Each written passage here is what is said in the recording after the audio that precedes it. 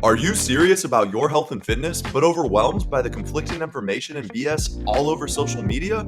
Welcome to Fit Facts. Brought to you by Brandon Pascual and Gabe Erno. With a combined 10 years of training experience, this physical therapist and personal trainer duo bring you the most up-to-date and applicable fitness and lifestyle tips based on the most cutting-edge research, bridged with field experience of what actually works and is sustainable for the long term. Enjoy. Guys, welcome. This is going to be a 1 hour podcast. This is going to be the longest podcast we've ever done. Just kidding. But how long could you see yourself? Like Joe Rogan will do 4 or 5 hour podcasts. Yeah, he does. Well, the thing about that is because if you think about it, look at like the advertisements he puts in. He literally has like 5 minutes of advertisements in the beginning and then some in the middle and then towards the end.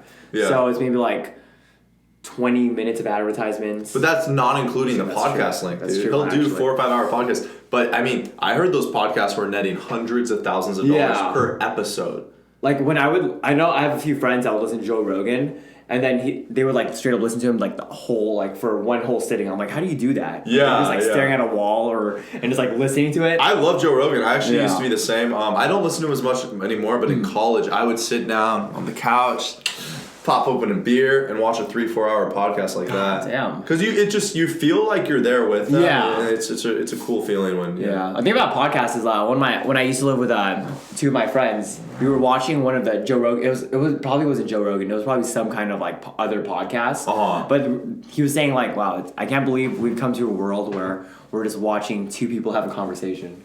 But it's amazing. Yeah, I know. It's amazing. Because it's like much. You're there. It's like you guys are there too. Yes, we're talking to you. We are. You right now, who you think we're talking to, I'm literally you specifically. Yes, I see. It's like that Drake line at the beginning. I feel like best I ever had. I'm having deja vu though. I feel like I said what I'm about to say on another Fit Facts podcast before. This is crazy. Maybe I didn't. It's like that Drake line. Best I ever had. Yeah. He's like, say it. It's like a lot of girls think these songs are about them. This one's not to get confused. This one's for you. Yep. And then it drops, dude. Baby, you my everything. Hey, there we go. Hey, this is not Spotify podcast anymore. Okay. It's Spotify artist now. Yeah. All right, but today's episode, guys. What's it about? Oh, it's about healing our knees with one modality that you can change. We've heard. Okay.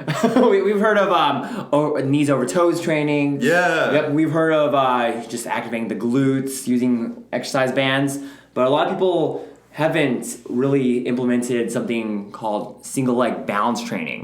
Balance training is important. Balance training is important. So a lot of my patients with knee pain, when I have them do an assessment, I see them do a squat. I'm like, and then I ask them, "Oh, the squat is painless, painful?" Yeah. They're like, "Oh, it feels fine." I'm like, "Okay, cool. Go ahead and do a lunge." And I see them do a lunge, they're just shaking all everywhere. Like when they step back for a lunge, I'm pretty sure you've seen it before, where their squat looks like very decent. It looks like they wouldn't have anything wrong with them. Then when they step back in that lunge, it looks like they're about to like fall into like a hole or something. Yeah. You know what I mean? So then I'm like, okay, that might be the reason why you have knee pain, because you don't have that control on a single leg stance. And then that's very common for a lot of runners, especially because a common myth or a common old myth in the running community is like, oh, you don't want to lift weights or you don't want to do any squats or weight training because your legs will get heavier, and when they get heavier, there's heavier weight for you to kind of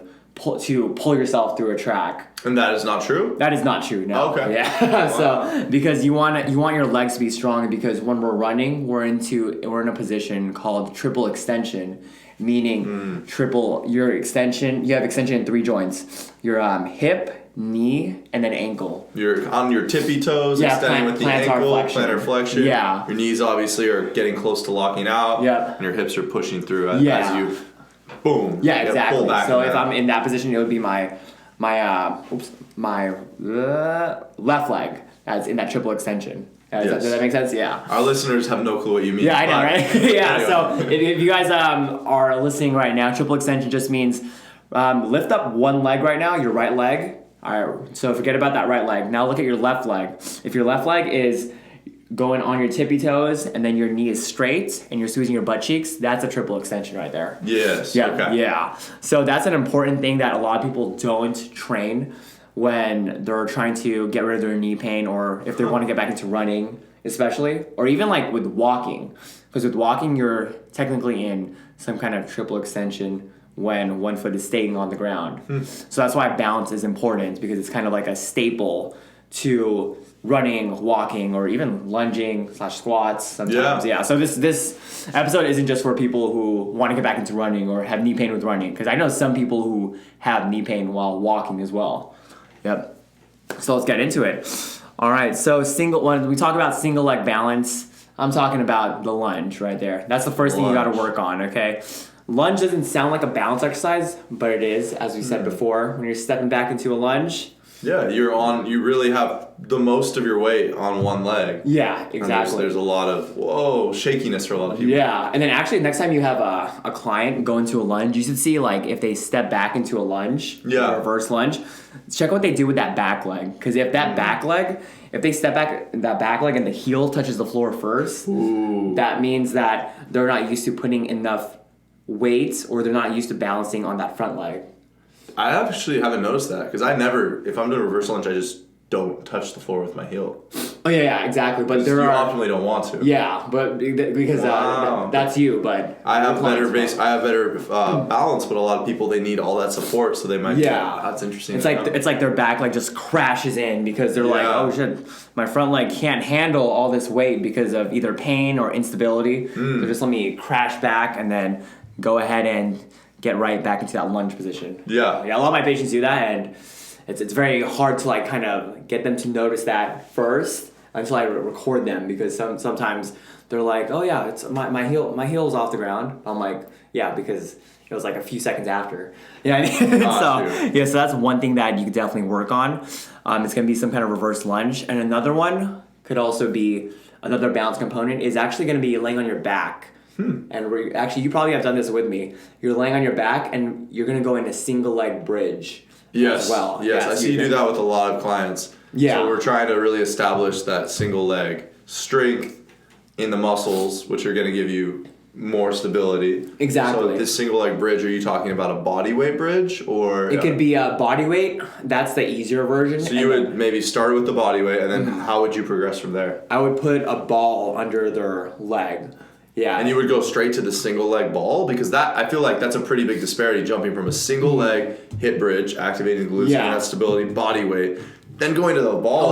That's like 10 times harder. I'd probably go step first, a step, something stable, then Bosu ball, and then ball. Gotcha. Yeah, so just to be like a little more, like, I guess, technical with the progressive overload. Yeah. Yeah. So I would do that, because a lot of people, when they do that, they're not able to bring their hips up as high. That makes sense. And that's where that triple extension comes back, where you need that full hip extension, and you want them to feel the glutes in the single leg bridge. Yes.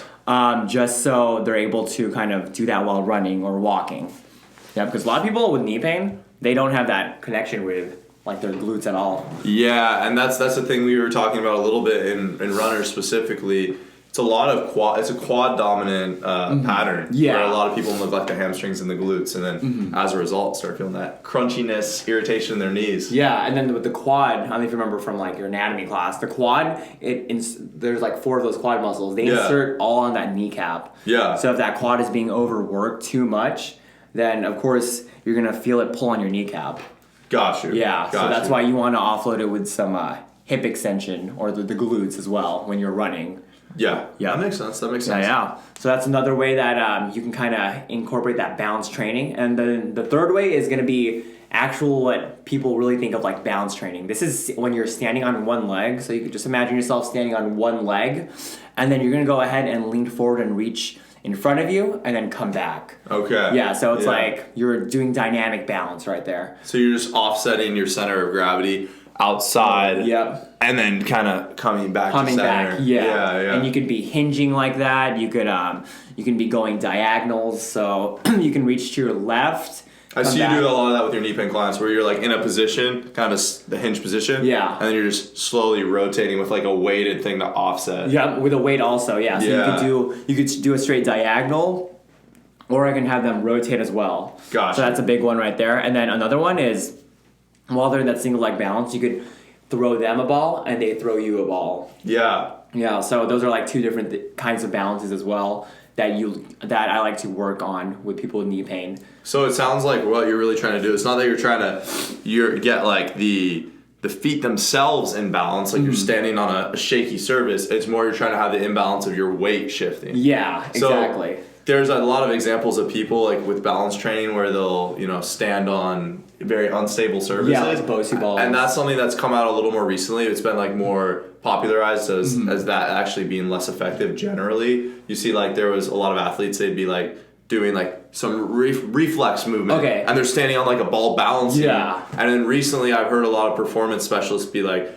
no, that's actually inferior because you're not able to recruit as much motor units to be as reflexive when you're on this. So you're essentially just training a less of what you want to. Another example would be I'm doing bicep curls, trying to get jacked in the arms. Yeah. And I'm doing that standing on the floor. I got a good base of support, can generate a lot of power. If I'm doing that on a Bosu ball, it's shakier. I just can't curl as much weight. Yeah, I'm going to get limited returns with the biceps. So I'm not as much of an expert in this. When would you say there are actually valid reasons to stand on a really shaky surface? From a rehab perspective, I would say especially for the ankle. I have an ankle foot patient, and then she literally has to for her rehab to retrain the ankle ligaments that she sprained by bouncing on those AirX pads, those blue pads, or even on like the Bosu ball. Because the thing about the ankle ligament, it has a lot of receptors that has to do with what your body is doing in space, like proprioception. Just kind of being aware of like, oh, my toe is here versus there, just having that awareness. Exactly, and that's like how you kind of have to train the ankle at a certain stage of rehab. So I would say there's a lot of benefit from that. Or if you have older clients who have some kind of balance issue, like fear of falling, they're at risk for falling, then you should put them in that unstable surface just to train their body, and not only for just to train them, but also for psychologically get them out of the fear of like, okay, I'm okay, I'm able to control myself. Yeah, but like a power lifter who's never going to be competing on an unstable surface, them doing like a squat on a Bosu ball would be counterproductive, right? For a powerlifter, unless your competition is on a Bosu ball. I don't see that. I'm a man of like trying to reason stuff. I'm like, no, not really. I can't really make that to make sense. Exactly. I would say for sports or for athletes, especially because with athletes, you have so much stimulus on the field or on the court or whatever. I feel like you would need that kind of stimulation. So it depends what position you play, because like you have so much stimulus around you where it's like, you could, in football, when the receivers go out for a pass, it could be like a guy like literally like hitting your legs or whatever. And then you still have to like kind of make your route for a pass. Okay, because I've seen a lot of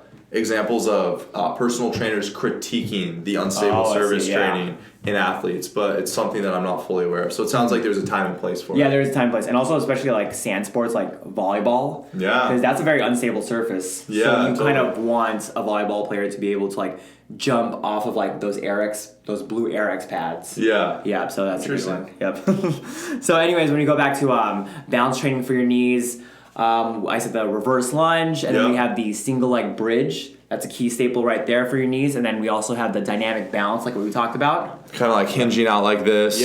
Coming back, just maybe like adding a weight to that. Exactly. And I'm guessing the point is you want to like keep your posterior chain recruited throughout that. So use like your glutes and hamstrings, not use the back or something. Not use the back wall, And then the last one is going to be you're still in a single leg balance, but you're actually going to be doing pogo hops, which is continuous hopping on single leg balance. Interesting. Yeah, so you're fixing that's called land. It's like some people say it's like landing training or altitude training. I just still consider it as balance training because especially if you're running, your foot literally has to land on something. And if your foot is landing on like a straight knee, that puts a lot of pressure on the knee instead of you landing on like a certain joint angle when the knee's kind of slightly bent. Totally. So I actually also have my patients do that barefoot, and they actually use the toe spacers. I've seen those. Yeah, you see me use those, I actually applied to be an ambassador for them, so promo code coming soon. That's awesome. So I use those toe spacers a lot for a lot of my patients, just because it helps kind of open up those toes. So we have a lot of tendons from the muscles coming from our leg that attaches to like the tips of your toes. All right, or even like in those foot bones. All right, the metatarsals. All right, so when we put those toe spacers on, it kind of stretches those tendons and it lets your foot kind of absorb force, especially when you're like doing squats, lunges, or trying to run or walk. It helps it absorb force a little more efficiently.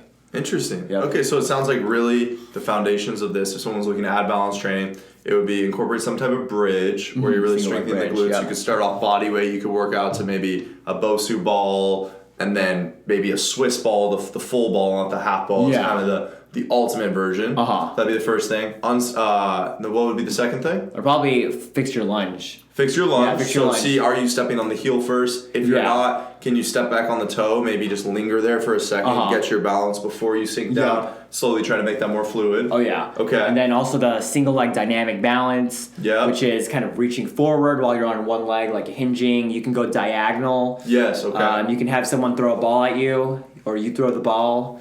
Can I throw like egg at my neighbor's house or something? Just like while you're on single leg? Yeah, I would say that's pretty functional, actually. Okay. To help your knee pain. Noted. And then lastly, you said jumping, bounding, like kind of just in place, hopping in on place. one foot. On one foot, I would have you hold on to a band that's hooked on or some kind of post that's above, just so you have that support. And that initially is going to take some of that load off, and then you can slowly work up to doing it with no band, or do you always want to keep that band? You want to take off that band once you're pain free, because if I have people usually land when their knees all flared up on single leg, they're gonna have a lot of pain just because that's what they're coming in to see me for. Totally. So then I put a band on, and then I help them kind of relieve all the weight and have them look at their mechanics. So when you're landing there, how do you want to land? You don't want to land on your heel with a straight knee. You want to land with your knees bent, and you want to land on the balls of your feet first. Totally. Yeah, same as like running. Yeah, a lot of people run with like that heel striking. Heel strike, you have such cushy shoes. But then I guess that kind of encourages improper running mechanics. Exactly. I would say you could run on your heels, but it can't be full on the tip of the heel. It has to be like it needs to maybe more evenly strike. Yeah. Got you. Yeah. Also, it really also depends, because there's so much like mixed research about that of like should you heel strike or forefoot strike. Yeah. Yeah. Well, forefoot striker all day. All day.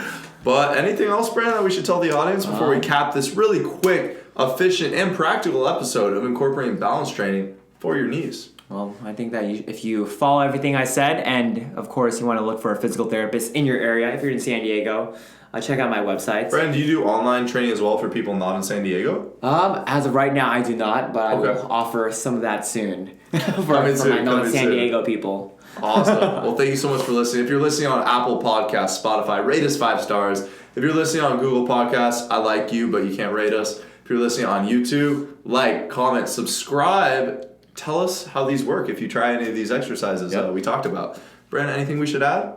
Let us know in the comments if you are dealing with knee pain, because we definitely want to hear about your situation. We'd love to give you some advice. So we'll see you all in the next episode. I'm Gabe. I'm Brandon. Peace.